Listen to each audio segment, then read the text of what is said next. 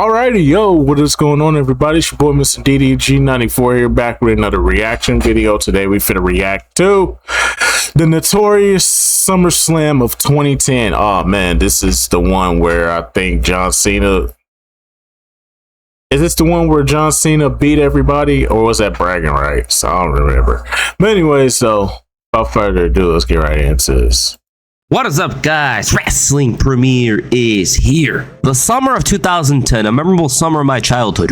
Now, I remember the summer very well. Man, 2010 WWE was the worst. I was at a breaking point with this. I continue to watch it because at that time I was programmed to keep watching. But as time kept going on, yeah, this shit was ass. And it was getting to that point. And I took a small mini break. I want to say sometime, because this was the same time WrestleMania 27 happened. After WrestleMania 27, yo, considering how ass that WrestleMania was, I walked away from WWE. I didn't even care about the night after WrestleMania. I didn't care that The Rock was back. I didn't care that Cena and The Rock was going to have their match at the next WrestleMania. I didn't care. I was just like, yo, I'm taking a mini break from wrestling.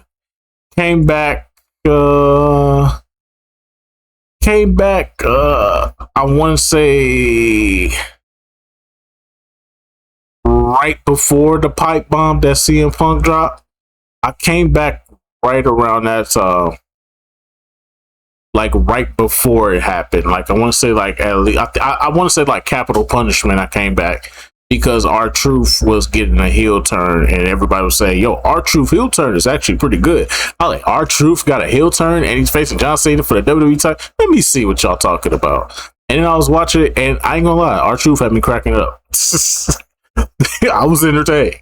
But anyway, so I was a huge WWE fanboy at the time, but I didn't know that it was one of the last summers where I felt all in on the shows. The summer was dominated by a huge story featuring the Nexus running havoc on the WWE.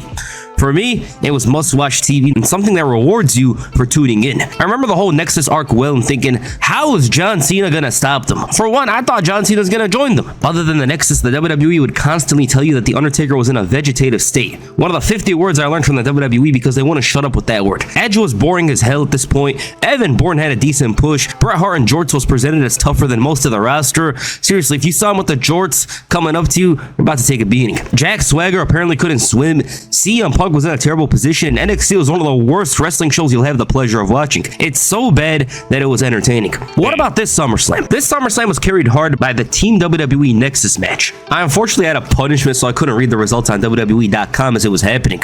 I actually had to tune in the next night on Raw to learn what went down. This is the second SummerSlam. You ain't know about them illegal sites, my boy? At all the illegal sites. All of them. Yeah. SummerSlam in Los Angeles, and I kind of wish they went back to it because it really suits the glamour of what SummerSlam should be. Of course, it was held in the then NBA champions' Los Angeles Lakers arena, which is the Staples Center. And this SummerSlam, the SummerSlam 2010, did 350,000 buys, which was a bit lower than 2009's 369,000. That comes to this involving unproven talent.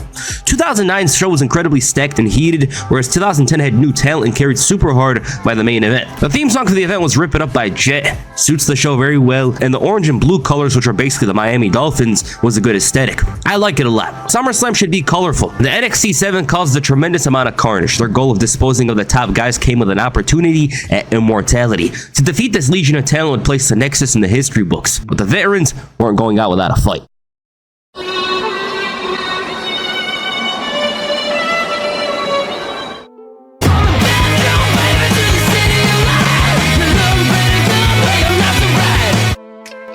Okay, the first match of the show is the Intercontinental Championship. Dolph Ziggler defended the gold against Kofi Kingston. This was early in both men's careers and would mark the start of a very long relationship. For Vicky and Dolph too. It was only 2 years, but it felt like 7 with those two. Kofi was very aggressive and urgent early on. The crowd was hot and looking forward to the show. I remember this match. This was a good match. Little did they know. Kofi messed up on the suicide dive after Vicky pulled Ziggler away. The commentary were talking about Ziggler taking a step back dating Vicky. I mean, regardless of all of that, You know, Vicky Guerrero's loud. They gotta call her old or whatever. It's better than taking 15 steps back, huh, King? Dolph was trying his best to control the match, but the issue was that Kofi was fighting, not wrestling. With emotion. Great rollover from Ziggler to nearly steal the match, leading to a big famouser. The match was opening up and it seemed like we were heading towards an intense ending. Then the Nexus showed up and caused chaos. Bro, these beatings were hilarious. Wrestlers would be doing their jobs and suddenly, we walk alone, and they get jumped by a group of guys nobody heard of. Barrett warned the 7th member of Team WWE and added that the group of guys were too divided to accomplish something. I think you guys know how important Barrett was to this group because these guys weren't capable of talking their way into an arena, let alone getting people to the arena with their mic skills. Well, with regards to the match, it was normal. Some nice moments, but it's crazy to think that I'm still fed up with these two facing off, and regardless of what was going on, these two are feuding. Edge and Jericho tried convincing Miz to join the team. And you have to remember, the Miz was the hottest rising star in the WWE at the time, so of course he was going to be involved. Alicia Fox defended the Divas Championship against Melina, the hometown hero. Now this is a point where there was so they had both my babies at this time facing each other. You got my black queen Alicia Fox and my sexy Latina Melina. Hold on, cuz. Lay your body down and let me touch your body. You's a freaky ass nigga. You's a freaky ass nigga. Yeah, that's brother starving. Yeah, that's what's up. Yeah. You's a freaky ass nigga. No, ain't no party like a Diddy party, though. Yeah, Let's go listen to the guy. We got you out of me hating on me. Yeah, that's what's up. Yeah. Yeah. Alicia Fox versus Melina. This a fantasy match for me. that nigga is watching porn. Nah, don't turn your phone down. You watching porn. So many new faces in the Divas division. Alicia Fox in particular quickly rose up the ranks, whereas Melina was somewhat the face of the division. It was her on Raw and Lay Cool on SmackDown. What's funny, not really funny, is that they had an actual match here. It was fair for a bit in the early going. Melina was a bit more aggressive and had the urgency on the attack. Alicia was kinda stupid not going after the leg. Like, woman, why are you focusing on the left arm? You had the leg over there to target. The commentary tried to explain it as Alicia wanting to have a convincing win, which doesn't make sense because she's a heel. Melina hulks up and wins the match. That's it. I had a weird feeling about this match. The reason why is because I felt like they learned about this match last minute and didn't know what direction to go. When that's not the case. The leg was there for Alicia to take and use to her advantage, but there was no effort made in that regard. Her character didn't convey any emotion towards it, whether to win it ethically or take note and do something about it. Then on top of it, the match. To be fair, this match was only gonna be like 2 minutes long. It's only gonna be two to 3 minutes long. The women's matches were not that long back then, pay-per-view or television show. Like, this shit was only gonna be like 2 to 3 minutes. You get your 2 to 3 minutes, get the fuck up out of here. We got stories to tell. Didn't flow. It felt like it was a stop and start match. But I'm sure Bret Hart was happy seeing his favorite wrestler of 2010 win that title. What's noticeable is that this was Ariane's favorite match. You know, I thought Stone Cold overblew his response, but maybe he was right. Lay Cool interrupted. They borrowed some of Undertaker's TV time to show up here at SummerSlam and make a statement. Also, why anytime a Lay Cool segment pops up, they're beating up someone with these boots high up in the sky? And this also marked the beginning of the end of the WWE Women's Championship because WWE was ready to unify them. They already unified the tag titles, now it was on to the women's titles. Bro, even Marlon Wayans was here to witness the burial of 2010. Okay, the Straight Edge Society faced the Big Show in a handicap match. Yeah, this card sucks. The Society's practically done at this point. It was just another faction, and on top of that, it felt like CM Punk's heart wasn't into it. Big Show's kicking their asses every week, barring the one night where they nearly broke his hand, and it's usually the Big Show doing the humiliation ritual, not his opponent or opponents in this case. You know, because he looked pretty strong during the build. Big Show revealed that his hand was not as bad as they thought. And Matt Striker on commentary was a joke. He misses 8 times and scores twice, and there's something about him where he's obsessed about showing that he knows the extra information about the wrestlers. For example, if CM Punk's wrestling, he'll be like, Pepsi plunge Punk or something, or if Bryan's wrestling cattle mutilation. It's like, we know you watched 2004, 2005 ROH. You don't need to tell us, bro. Big Show easily dominated Mercury. It was funny watching this because Big Show wasn't really breaking a sweat in the beginning. There was a noticeable CM Punk chant which caught me by surprise, and the hand was utilized to the society's advantage, not to mention that the numbers finally came into play. They're jumping him, barely anyone cares in the arena. Big Show then realizes these guys are jobbers and comes back, and now he has to deal with Punk. Big bulldog, but Big Show is almost unstoppable. He KOs Gallows, chokeslams Mercury onto Gallows, and wins the match after Punk bailed. Now, I thought this match was worse than I remember. It wasn't, I'm not gonna lie. It's the fact that it was a destruction of the straight edge society. Big Show didn't struggle all that much, and he never felt he was in danger. And that tells us all we need to know, because WWE ended up realizing that the society was over. Because of their wrongdoing, of course, but I just feel like the Straight Society should have had a bigger ending than whatever this was. You know, 3-on-1 to the Big Show. Yes, it's the Big Show, but it's like, it's the Big Show at the same time. Handicap match losing like this is nonsense. I understand where you go released Serena for not living the lifestyle after having her devote herself to this character. Mercury was moved to the back, and Gallows, he got released later on. This left CM Punk in what was the most hopeless time he's ever had since coming up to the main roster. It would quickly change though. Kane and Sheamus had an encounter in the back. They're threatening each other, all of that, and it was kind of good, even though it was like 1 minute. The Miz showed up to make his decision. He claimed Cena begged him on his knees that he needed him, and if it was Vince or China, the country itself, not China, I'd believe it. He said he accepted a Fozzy disc and threw it in the trash. You know, I would have pissed on it first, then threw it in the trash, but Miz is a better person than me. Now, just like LeBron, he was gonna milk this decision until the last second. It was a good promo though, and I said this in a very recent video, which may or may not be uploaded yet, this video. I completely understand why WWE took a chance with Miz and the WWE Championship. He mentioned the LeBron special, which led to the fans booing, and even added that the Lakers would lose the NBA Championship for extra heat. He claimed he was joining Team WWE, and yeah, it was confirmed. Also, look at this dick rider. Miz's dick was bouncing and penetrating the back of his throat. Look at him. I've never seen him giddy like this ever. Okay, Sheamus. Yeah, Michael Cole as the Miz dick rider at that time, bro. That was yeah, bro. Yeah. Stop hugging that nigga penis. You embracing that nigga penis. You providing warmth to that nigga penis. You giving a very gentle hug to that nigga penis. Stop hugging that nigga penis. I'm just saying. Defends the WWE Championship against Randy Orton. The summer of 2010, Randy Orton was my favorite wrestler. I became a hater of Cena's after seeing everyone.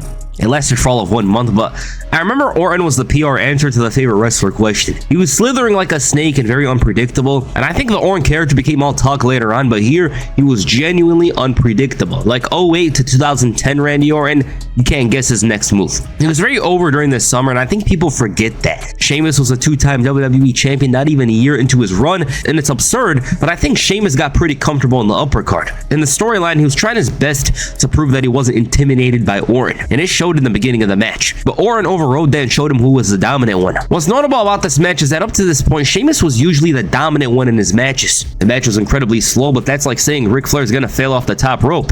It's a Randy Orton match.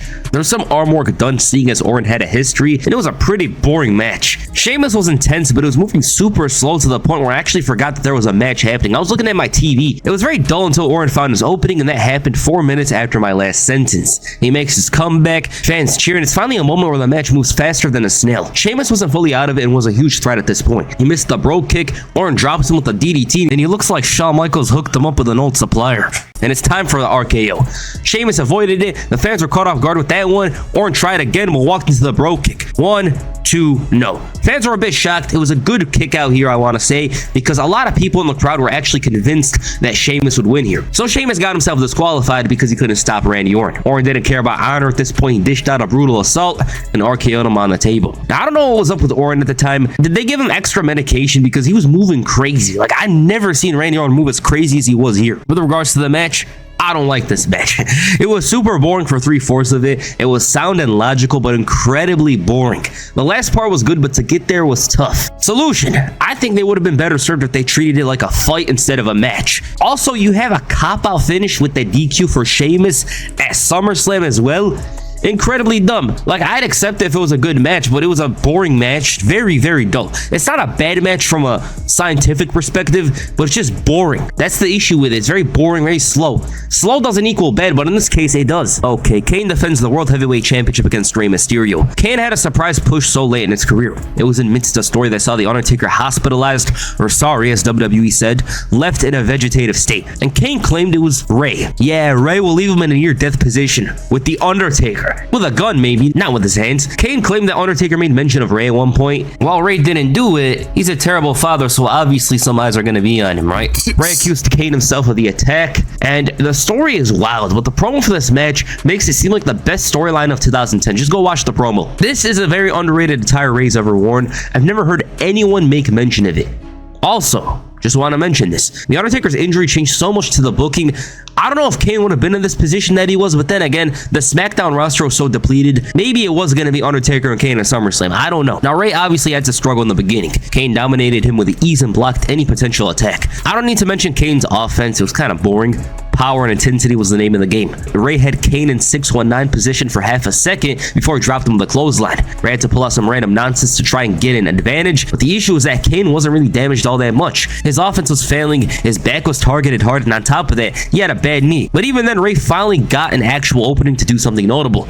Once again shut down, just in time for Kane to open the casket. Now, during the build of this match, Kane promised to send Rey to hell, aka the casket. Rey closed it, fails to hit the 619 the first time around, and connects with the second. This does nothing, and Kane chokeslams him to retain the title. Okay, I didn't really care for this match all that much. It wasn't terrible, but didn't feel inspiring. I will say, though, that it was better than the last match. There was bursts, but it's usually when Rey was on offense. So overall, it's not bad, but not good, and more of a very average match, which is basically a 5 out of 10. I don't think Rey worked all that well with Kane, if we're being honest, you know? Like, he had some better opponents. Kane told Rey he's gonna pay and was ready to send him in the casket. He hit 2 choke slams on Rey and a tombstone on top of it. Yeah, he wants to send him to the grave. But then the Undertaker respawned and they had the gong ready. Undertaker was frail and selling the effects of the beating. He was very pale as well. Now, initially, the Undertaker called Rey into question, who was all scared and worried. He believed Rey went right after Kane. The issue is that Kane was much stronger than his brother and overpowered him with a tombstone. Okay, just want to say this. I've never said this probably. This was a great twist in the story. It would seem like Undertaker would return with a vengeance, but it showed that maybe, just maybe, Kane was now the greater brother. And yeah, I ain't gonna lie. When they gave Kane the belt here, this was probably one of Kane's best moments. Outside from when they unmasked him. When they unmasked him was probably his best. And then second will be his debut. But this right here was one of the better moments of Kane's career. When they gave him the belt and had him go into this feud with Undertaker. This was great. This was really good. this marked the start of their feud once again. The matches sucked crazy. Like, we're not even gonna talk about them, but I can't lie and say I hate this feud. I don't. Now, unfortunately, talking about this feud does make me smell the matches right now, but I gotta defend it. The reason why I actually like this feud is because for once, Undertaker was actually struggling to answer Kane. With the other iterations, it was just a matter of him trying. 1998, he doesn't want to beat up his little brother. 2000, he gets turned down and then retaliates. 2004, Buried Alive returns the favor. Here, he was doing his best, and even then it wasn't enough. It offered an entirely different dimension to the story and gave Kane one of his best runs since unmasking. I think the Kane and Edge feud sucks, but I think I can make a convincing argument for this feud. And this marked the start of it. And the main event, Team WWE faces the Nexus. A plague spread upon the WWE, the poison of the first season of NXT. A group of rabid savages eager to treat the WWE the same way they were treated during the first season of NXT. The build for this match was awesome. I love everything about it. Cena realizing this is the biggest challenge he's ever faced and being forced to become pragmatic. It was a great build, especially the moment when Cena assembled the WWE's Avengers. The Nexus sold Bret Hart's return like it was Bret Hart in 1996, and the build was dominated by the tension within Team WWE. There was also the fact that John Cena had to learn that he needed to keep the egos in check, and this led to a thunderous conclusion on Raw with all 13 men going face to face. It was electric. The arena was shaking, although it might be because of the camera placement. WWE really struck gold with this build. That moment in itself that I mentioned has 93 million views on YouTube. The Great Khali was initially in this match was taken out by the Nexus. Also, John Cena debuted his purple attire, and my dumbass never made the connection here. Purple and yellow, Los Angeles, Staples Center. It's just a realization I had. Cena had Edge, R-Truth, Chris Jericho, John Morrison, Bret Hart, and The Miz. But then, Cena told him it was too late. Now I want to give you guys a fact. The WWE accidentally leaked their 7th member half an hour before it happened on the website and apparently on Twitter. Cena revealed the 7th member of Team WWE to be Daniel Bryan. Michael Cole's gobbling on Miz again, and in the ring, chaos is unfolding. Daniel Bryan's return is a legitimate shocker. He was fired 2 months earlier and taking bookings, and he was actually supposed to be involved with the Dragon Gate USA. They presented Bryan as a killer early on. Plenty of intensity and anger, not to mention he quickly eliminated Darren Young. It immediately makes the fans care about Bryan, seeing as they didn't know anything about him. The crowd was very hot for this match. R-Truth hit this crazy neck breaker, absolutely crazy, and I was surprised that it didn't result in an elimination. It was clear that the Nexus were rookies. It was never more obvious until this match. Morrison quickly followed with an elimination of Michael Tarver, and the Nexus was overwhelmed with pressure and had to opt for the power game to get a hold of this match. But even then, it was a struggle, to the point Gabriel had to hit a cheap shot behind the ref, which leads to Sheffield hitting the clothesline. He followed with another on Truth, but the replay blocked it. Bret Hart had a great reaction upon his entry, but he got too emotional and got himself disqualified. Hey, he got so much aura to avoid an elimination. You know, he's not gonna lose to these scrawny rookies. Jericho took advantage with the code breaker, and I swear that crowd reacted like 2010 Kobe hit a 3 in the playoffs. Even better reaction for Edge, who eliminated Skip Sheffield. The Nexus was doing bad, but Barrett righted the ship and stabilized the match. I was thinking why Otunga never featured in the match, but then realized his ring skills are equivalent to my golf skills. Cena once again wasn't tagged in. Otunga tapped to the walls. Drama between Cena and Jericho leading to Slater taking advantage, and plenty of tension unfolding between Cena and Edge as well. It went from bad to worse when Slater rolled up Edge,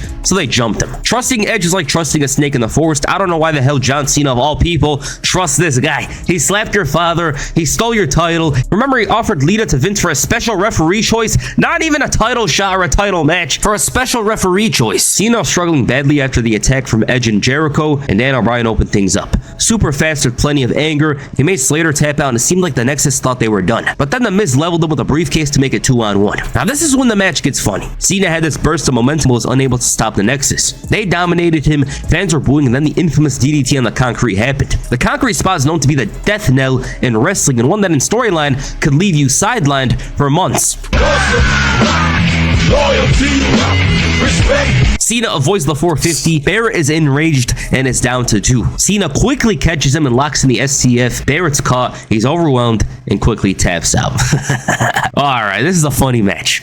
Now, I just want to preface this by saying that I think this is a good match, almost great, but there's a couple of things holding it back. When it comes down to it, the Nexus has plenty of issues. They're super green and almost not capable of having a full-on match, so they had to be carried by the veterans. However, I enjoyed this match a lot. The best parts of it were actually when Daniel Bryan came in. If you're like, why? He always upped the intensity, the pace, and he actually sold the stakes of this match perfectly well. If you're like, what do you mean? Well, any strike Bryan hit was with velocity, was with venom and hatred. It felt like he legitimately wanted to take down the Nexus, and I thought that added to the match. I do think he should have been featured more a bit in this match, but that's just biased preference because I enjoyed him the most in this battle. But I enjoyed this match. I thought it was good. Very electric crowd, exciting stuff, and it never got boring. When a match is never boring, it's automatically like 3 stars. And I would give this match like a 4-star rating, but I don't think it's that good. It's missing a little to be pushed to a 4-star rating. But again, I want to add this. The match was laid out perfectly well for the most part. It protected the Nexus, made them seem like a strong threat for the most part. On top of it, they had good tension between Cena, Jericho, and Edge. Now, the issue with this match, this is where things get tricky. So, the week of the show, the Nexus believed that they were winning this match. Why? They were told this by a road agent. The day of the show or the day before, Vince changes his mind and he's like, oh, happy ending. It was Vince, it wasn't John Cena. Cena himself didn't really care. I think he preferred it, to be honest. Even though the Nexus turned out to be a bunch of nothing, I think they should have won this match. It's not exactly a crazy take or anything new or unique, but the reason why I say that is because I think the WWE could have milked the story a little more. I don't think they could drag it to WrestleMania, if we're being honest, because I don't think the Nexus was capable of being dragged to WrestleMania. Wrestlers on the roster weren't going to be happy that these guys are taking TV time from them, seeing as they're rookies, they're randoms and all that. But I do think they could have dragged this story until Survivor Series, and then from there they could have ended it the way they did with John Cena and Wade Barrett with a chairs match or whatever. The Nexus was a very threatening group, but after this match I just didn't see them the same way, especially the next night. I think the next night did more harm to the Nexus than the SummerSlam match, because John Cena was making fun of all of them. He called Heath Slater the Wendy's girl, which is hilarious but also damning and damaging. I think all around the issue with this match just comes down to the result. Now again, I've said this time and time again, I understand why WWE had John Cena win. I understand that. I've changed my opinion on this match. I don't think the Nexus were going to become anything crazy. I don't. I just think for this specific match, they should have won. One of the reasons why I believe they didn't is because other than the happy ending thing, I just feel like WWE didn't believe they could drag this story out much longer. I think they could have to Survivor Series, and I think when they thought, oh, this could be a WrestleMania type storyline, they probably thought, wait, these guys are rookies, they're green as hell, we protected them this entire build, how are we gonna drag this for 6 more months? You think I forgot about this? The fact that John Cena took a DDT on the concrete floor and won the match is absolutely ridiculous. Not to mention it took him 3 minutes after the DDT to win the match, to eliminate 2 guys who were much fresher than him. It was nonsense. I think that was stupid. Edge and Jericho thought it was stupid, and even Cena himself after the match thought it was stupid. But I think as a whole, John Cena just didn't like the Nexus. I don't know if it's beyond locker room politics or something, but I don't think he thought they deserved the spot that they did. That said, if Nexus did win this match, I'm almost certain Barrett would have had the WWE Championship reign. I don't think much would have been different in the timeline barring that. I think Barrett would have won the title, but Nexus would have disintegrated before WrestleMania 27, in my opinion. I think the Nexus should have won here, but when you had like pay-per-views like bragging rights coming up and then Survivor Series, yeah, I say it goes, let Nexus win this one. Let Nexus win at SummerSlam so they can be taken seriously. Then have them lose at the bragging rights pay-per-view. So that way, you know, there's a feeling of we can get some get back, you know what I'm saying? You don't want to have them dominating, and especially considering the fact that they're super green and half the guys on the stable right now, they're not really polished. You know what I'm saying? So because they're not polished and they're so fucking green, let's go ahead and let's have them lose at bragging rights, then do the rubber match at Survivor Series. Let that go to, more than likely you let that go to Team WWE or Team John Cena or whatever. You know what I'm saying? Like by that point, you establish your baby faces and all that. You know what I'm saying? And you put on a 5-star classic at Survivor Series, and then you go in, and then you go forward with the Nexus and them pretty much imploding and self-destructing along the way. But it all ends with Wade Barrett on top as the WWE champion. That's what you do. I think it could have worked out that way. If not WWE champion or World Heavyweight champion, at least Intercontinental champion.